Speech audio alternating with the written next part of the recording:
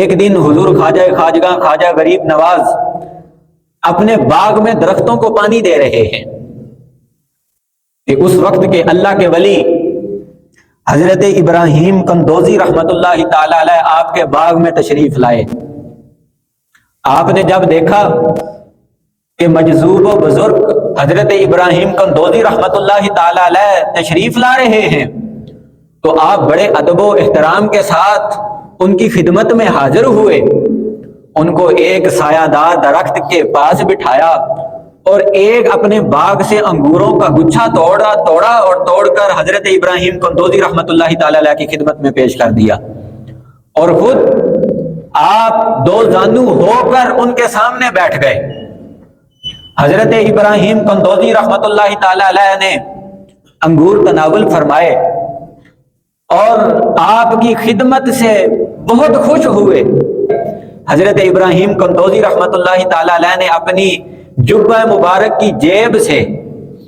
روٹی کا ایک چھوٹا سا خشک ٹکڑا نکالا اور نکالنے کے بعد اسے اپنے منہ کے اندر ڈالا اور اپنے دندان مبارک کے نیچے لے کر اسے چبایا۔ چبانے کے بعد وہی روٹی کا چھوٹا سا ٹکڑا آپ نے اپنے منہ سے نکالا اور نکال کر حضور خواجہ معین الدین چشتی اجمیری رحمت اللہ تعالی علیہ کے منہ میں ڈال دیا۔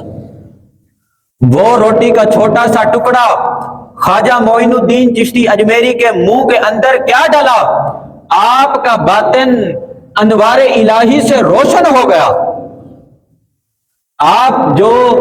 جس باغ کی آپ خدمت کرتے تھے،